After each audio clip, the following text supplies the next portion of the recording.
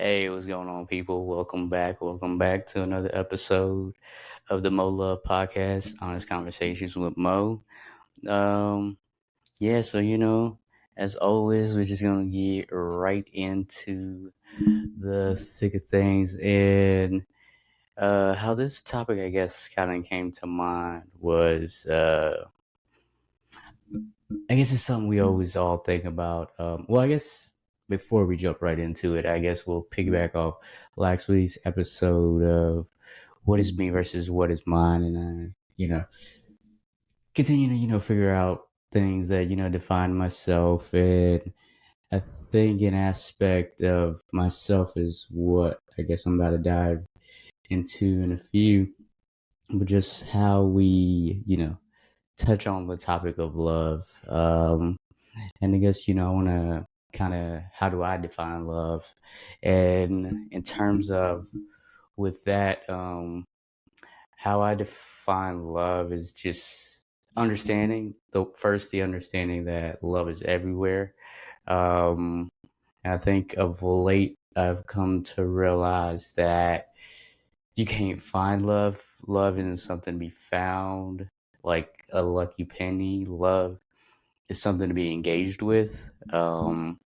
And I think that's essential to how we choose to define and interpret love. And I say this because I remember, when I was younger, of course, and I used to tell everybody, I love you, I love you, I love you, I love you. And then, obviously, as I got older, I didn't say I love you as much. And only saved that for, those that mattered. Um, but understanding how, I was, of course, giving love. And, sometimes I would use it in a manipulative way. I could have used it jokingly, and so many different facets of how we use the word love. But just in understanding that it was something that seemed more, transactional in that sense of how I chose to define and interpret love, because I was one, of course, being young and naive, and how you view the world as a big old adventure, and that is how we should choose to view the world. But as I got older, and of course, my perspective narrowed, life happens, you deal with hurt, you deal with trust issues, you deal with it, your own internal issues. And I guess that's kind of how it shaped and changed how I ended up defining love, and the things that make it tough to not only love, because love is, like, as I said, it's everywhere. It's not nothing to be found. It's to be engaged with, and I mean engaged in the sense of meaningful engagement. Choosing to wholeheartedly engage with that in that moment of time, and not setting expectations. And we'll of course get into that in terms of expectations. Yeah, that's how I kind of feel I define love, is understanding that it is everywhere, understanding that it is to be engaged with, and that it can't be found.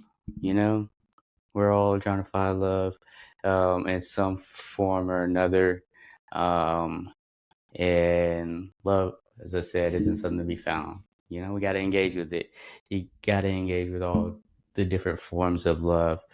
And next, of course, I want to touch on the things we might find most challenging about love. And maybe it is that fact that it, you know, it's not just something you can find. I feel like in today's day and age, engagement is tough to really, engage and dive deep into if this is something that is for us or not. And I think that's something that's always interesting, because with love, you've got to it you got to, of course, care, but I think more so you got to it's got to align with who you are in terms of, obviously we say, oh, something as simple as, I love the Lakers, I love the Falcons, those things that are intangible that we love. But when we think about the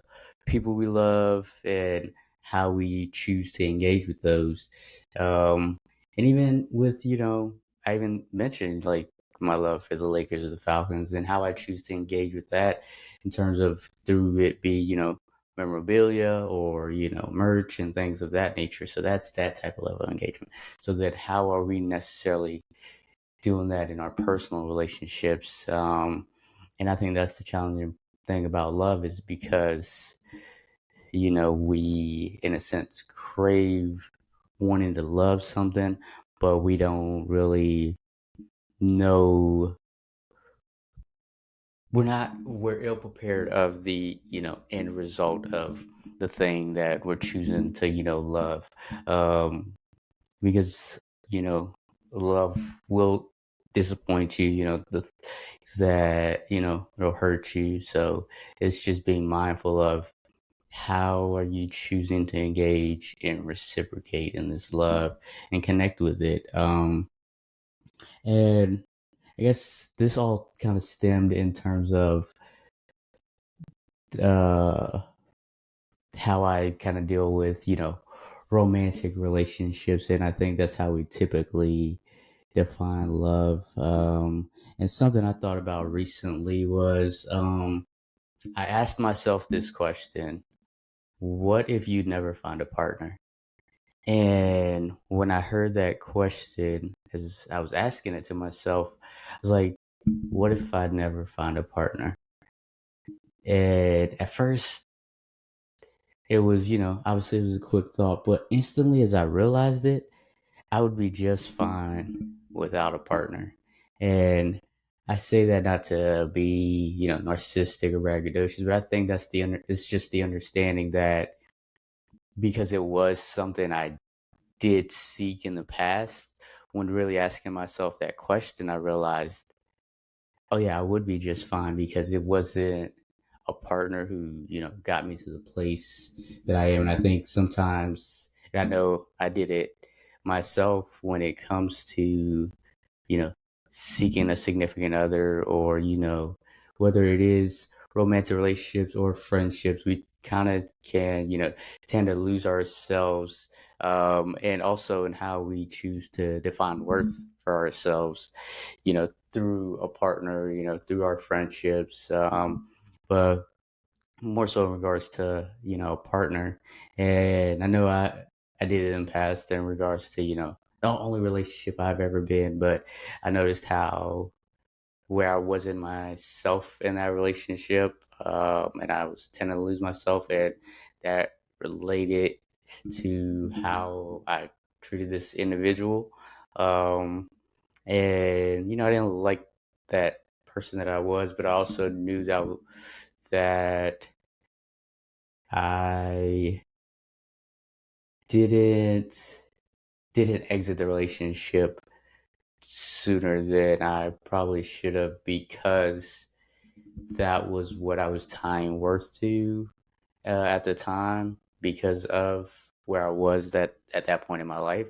So it was always interesting when we think about those things. So that's why when I asked myself that question recently of if I never find a partner, I know I'll be fine because one, like I said, I'm the one that, got myself here, the people that I of course care about that support me, that love me, family, friends, um, and just understanding that I don't have to necessarily find worth in, another person. It's, really finding that worth within yourself. And I think that's the integral part in terms of how we choose to, navigate in this world is, how are we valuing ourselves, what is worth look like for ourselves. I think that's interesting as well. And then next in the sense of, how we choose to find partners is we do this thing where we establish where I think it's where we have this difficult understanding of balancing these two things that I'll dive into, and that's setting boundaries versus setting conditions. I think we conflate the two and think we're necessarily are setting boundaries. You know what your non-negotiables versus your preferences. And in the sense of setting when you're setting conditions, you're mostly creating a more transactional type of engagement, relationship overall, with whether it be family, friends, or romantic relationships. So when you're setting conditions, you're setting almost you're setting up this expectation for you, you know in the sense of trying to, more so just you're trying to control others. I think that's interesting part of when you're setting conditions. You're expecting others to behave in the manner that you want to, versus where setting boundaries is you setting those boundaries that align with who you are and align with your beliefs and align with your values. And you just hope that the other person is willing to respect those boundaries. And if they're not, that shows that, you know, in the sense of, that person, may not. But it's also about, you respecting your boundaries as well, for others to understand that. And I think that's the difference in how it's more so important to set boundaries versus setting conditions. Because when you're setting conditions, as I said, you're more so making that relationship transactional. Um, and that creates, healthy, unhealthy expectations. And it creates, confusion. And conditions more so, set, it's more so inconsistency, because now you're, allowing leeway for different things. Um, because a condition can be something as simple as, oh, I, what, I expect somebody to, I was thinking about, I had it, but just in conditions in the sense of, setting those expectations. Oh, I expect somebody to, what is the famous one? You know, dang, I lost it. I lost it. But, um, yeah, just in understanding the differences of, not necessarily setting conditions, but more so setting boundaries. And, you know, really upholding your boundaries as well, because as I said, nobody else is gonna respect your boundaries if you're not respecting your boundaries. So I think it's integral to do that as well. And also in setting boundaries that are realistic for yourself. I think if when we set these unrealistic boundaries where we know that it's not that we're not capable of it. It's more so if we don't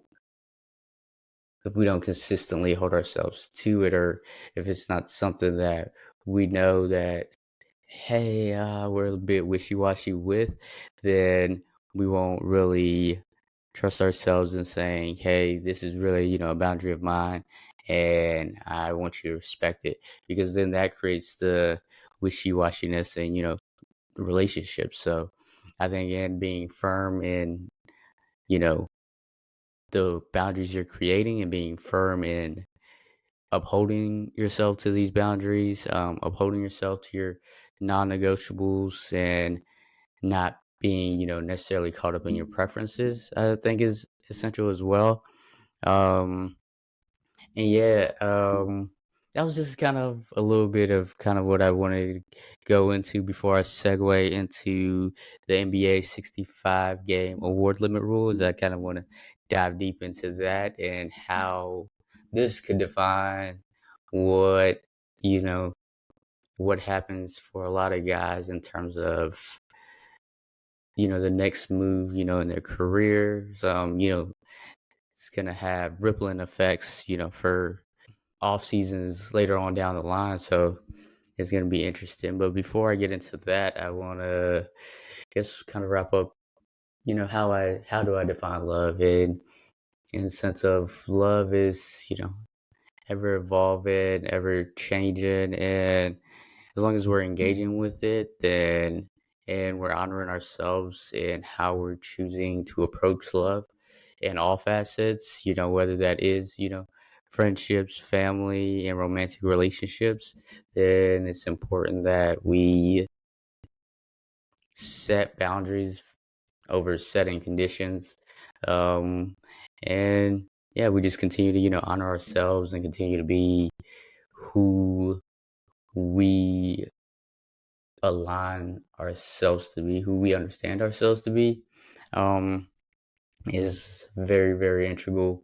And yeah, so are heading into the NBA 65 game award limit. As we know, this has notably impacted the MVP race in the NBA. Of course, Joel Embiid being pretty much done for the season. He is completely out for the season. I don't think unless he's crazy. I think it was recent reports that he was gonna try to come back for the season, but I'm like, yeah, you're not getting your MVP, and you're still trying to come back this season. Yeah, it's okay. You can keep trolling Joel, but yeah, we don't believe that.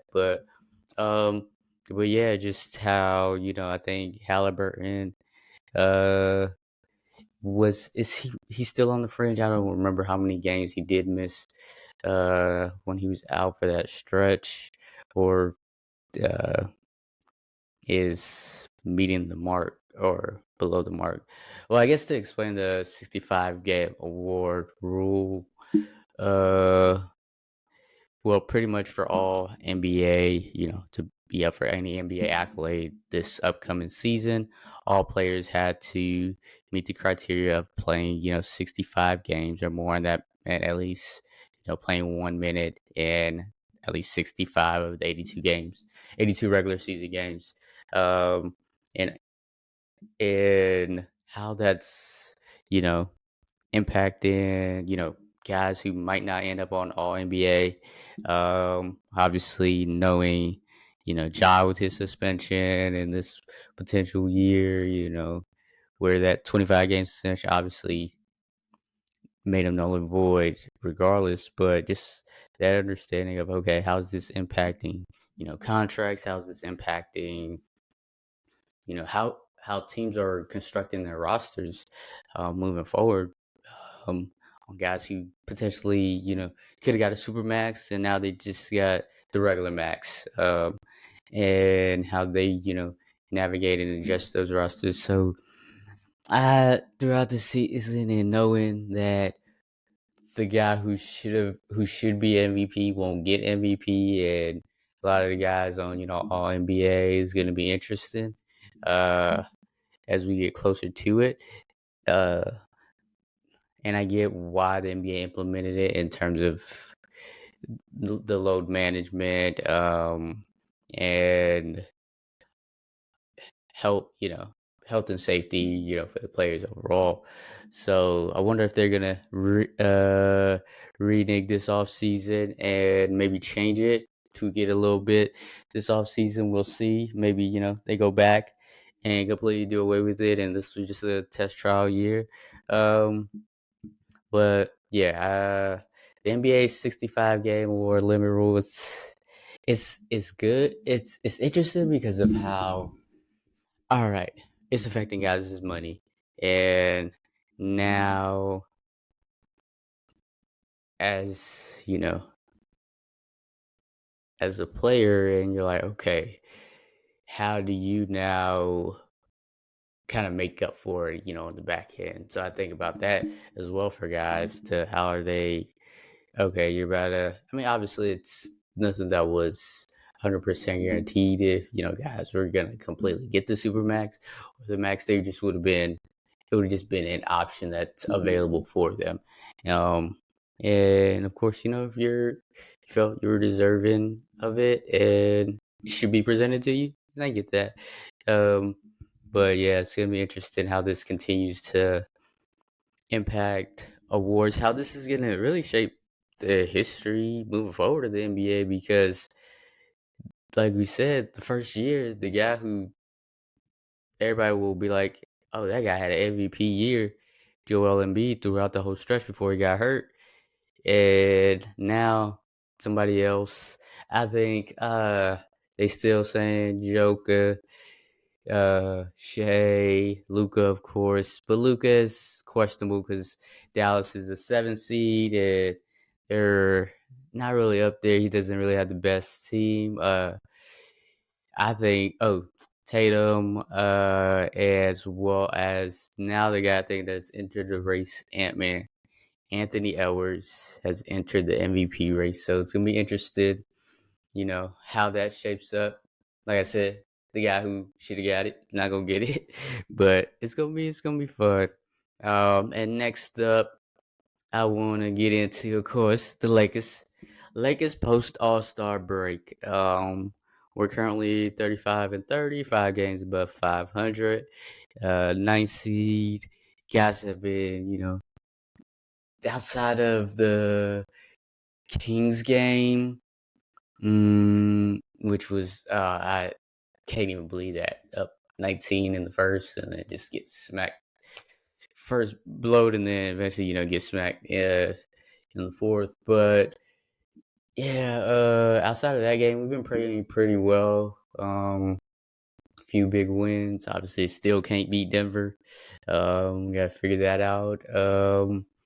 And D'Angelo's been cooking. Rui's been hooping. AR's been kind of playing a more all-around game. His shot hasn't really been falling. It's consistently. Dinwiddie's getting a lot of PT. We really don't have a bench, and it's it infuriates me so much because we have no bench scoring. We'll get a guy every now and then. I think there's one game Torian had like 14 off the bench. I forget the win where our bench did play pretty fairly well. I think Jackson had like 8 or 10 off the bench, and bench play is pretty well. I think we had like 21 plus bench points. But yeah, so trying to avoid playing, trying to get that top 6 seed. It's gonna be fun. We shall see. Hopefully, we're able to get it. But that's the Lakers. I hope we play Minnesota tonight. That man, Ant-Man. Although Cat is hurt. So hopefully AD, I think it was the shoulder, if his shoulders or his arms fine, and Braun plays tonight, which I think Braun should play tonight. Then yeah, we should pull it out, I think, tonight. But yeah, I'm feeling good about the Lakers. Just trying to hopefully we get that top 6 seed, but we shall see. Like I said, we shall see. We're on an upward trend. Gotta fix some bad habits here and there, but it's gonna be interesting. The Western Conference is a dogfight, and it's gonna be fun. It's gonna be fun. The Eastern Conference, they're the East as always, where it's top heavy, and I feel like top 6 in the East, where that's really where everybody's clawing out.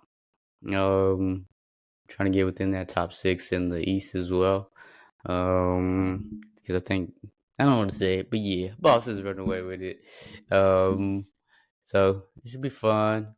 And then next we have, since the NFL draft is coming soon, and of course, we just saw the combine just occur. I want to get into a little bit of my Atlanta Falcons, and I feel we should potentially get heading into the draft. Guys that I like, different positions I think we should look out for. But obviously quarterback. We know quarterback's the top position, primary focus and focal point. I think Mac Jones was just traded to the Jaguars earlier today for a 6th-round pick, so that could potentially impact Justin Fields' trade value, as the first QB domino of the offseason has officially fallen, and it being Mac Jones. It's a little funny, and then he went to Jacksonville, and I think I was reading the ticker, and I think they said the most notable thing they said it was because he was born in Jacksonville. So, hey, shout out to Mac Jones. You get to be a backup. Trevor Lawrence, you get to go back home. Shout out to you, man. But of course, most definitely quarterback. I'm not certain if we'll get the top 3 QBs. Obviously, the top 3 being Caleb, Jaden Daniels, and is it no? Bo's not top 3. Who's the other? Oh, Duke. Drake May. I was gonna say Duke May, but Drake May. Out of Carolina. So those are the top 3. Bo Nix. Obviously, I like him. Michael Penix. A guy I think, like I said, a guy I think is gonna be a sleeper. Jordan Travis. You know, the guy that took FSU undefeated before he got hurt. You know, and they got screwed over. But yeah, Jordan Travis, I feel like a late QB pick, depending, because rumors are that the Falcons are looking at Kirk Cousins. I don't want Kirk Cousins, but if we're looking at Kirk Cousins, I guess that'll be interesting. And I think if we pick up Kirk, then I feel like we'll definitely draft a quarterback later in the draft. But moving beyond quarterback, I need a 2nd-round receiver. We need a number 2. This is a great draft for receivers. It's a very, very heavy loaded, talented wide receiver class for this 24 draft. I like guys like Roman Wilson out of Michigan. Who else did I like? Adane Mitchell, obviously Xavier Worthy, Speed. There's a bunch of other guys that, I mean, it's just such a great draft class. Like Xavier Leggett, if he goes to the right system, to be a guy, could be a weapon. I mean, you got your top guys, Marvin Harrison, you have your Rome Odunze, and Blair Thomas Jr. and Malik Neighbors. LSU, how could I forget? But Brian Thomas Jr. Them two out of LSU. You got the other Washington receiver. Yeah, it's just so many. The Tennessee, the kid out of Tennessee, Keon Coleman. He's not out of Tennessee. I can't remember if he's out of Tennessee, but then there's Keon Coleman. So many, But a 2nd-round receiver, the Falcons definitely need a 2nd-round receiver or a solid number 2. Let me say that. Let me be specific in that, not just a second, but a number 2 wide receiver. We got our number 1, we got Drake, but we need like a solid, consistent number 2. And hey, if we get a 1B, I'll take that too. Because if we get a 1B and 1A ain't 1A, you got 1B and 1B, well, perhaps will turn into 1A. We need a pass rush.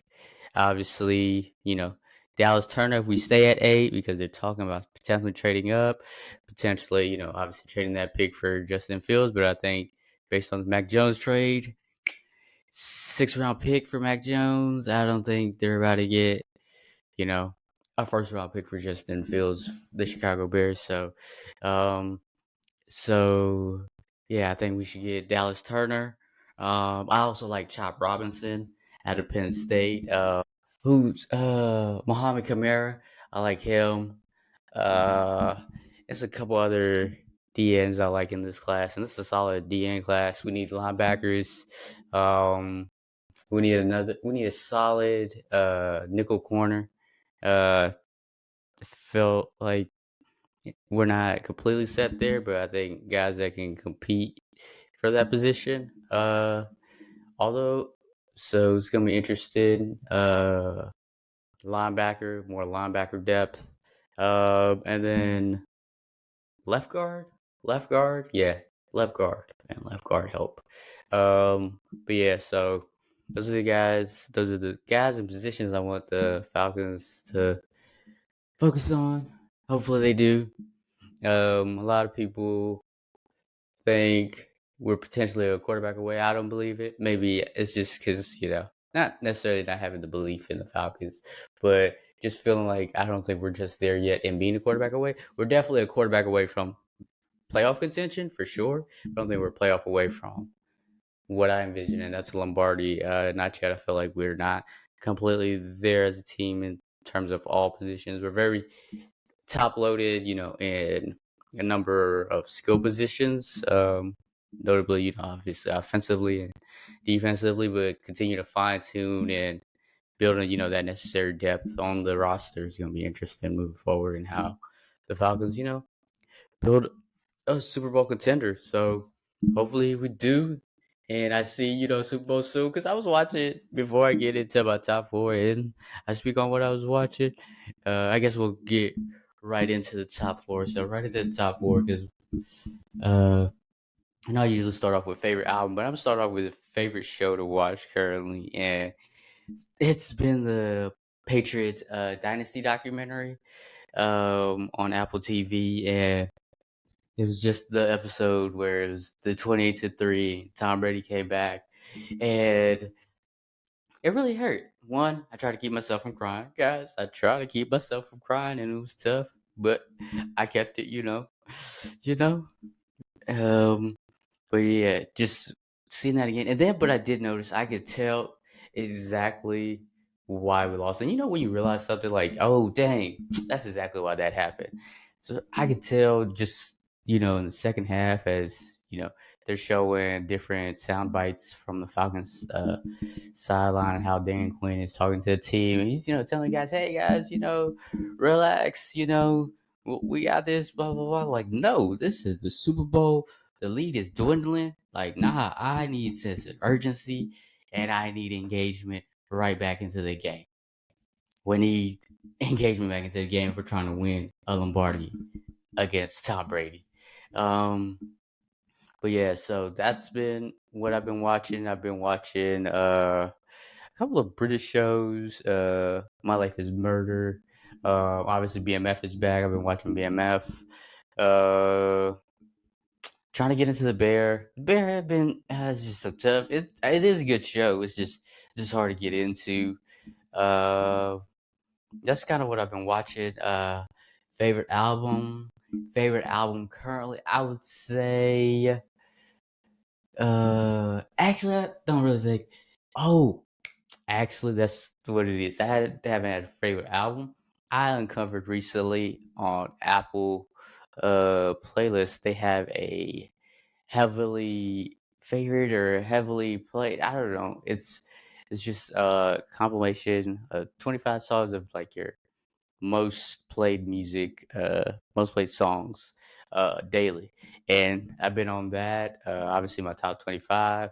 I've listened to a couple of albums, Trevor Jackson's EP, uh, Caramar for the Homies EP, my dog Caramar and her album, her EP, and who did I listen to earlier today? Dang, I was listening to somebody earlier today, but I couldn't remember who they were.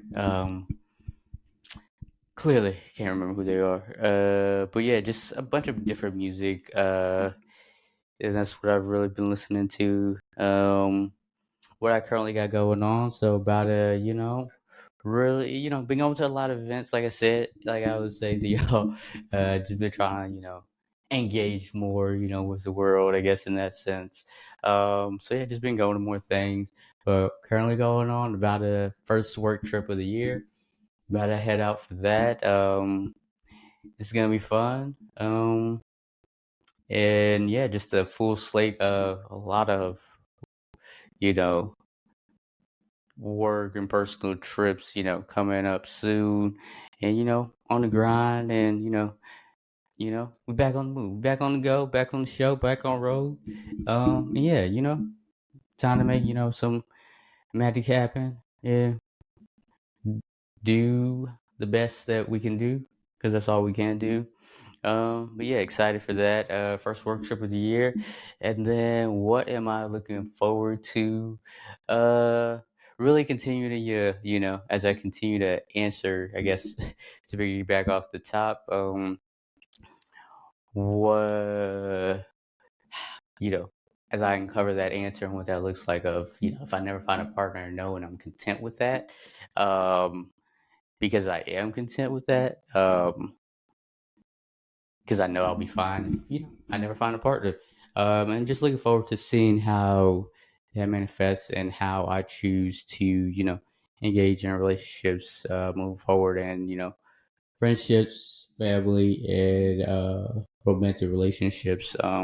Because as I said, we're just looking forward to that better understanding of self as I continue to uh grow with myself. And I think that was something when you choose to, put your value in other things, you forget to, you're almost looking at yourself from the rear view mirror instead of your your side mirrors. So really really being more aware of, our blind spots and the things that we like or don't like and the things that I like and don't like. But yeah, I'm looking forward to that. Continue to, dive deeper into that, and figuring out what that looks like. Looking forward to more events, more trips, and continue, yeah, make magic happen. We making magic happen. But once again, I appreciate y'all as always for tuning in, listening as always to the Mo Love Podcast, Honest Conversations with Mo. And as always, appreciate y'all. Y'all have a good one. Until next time, peace.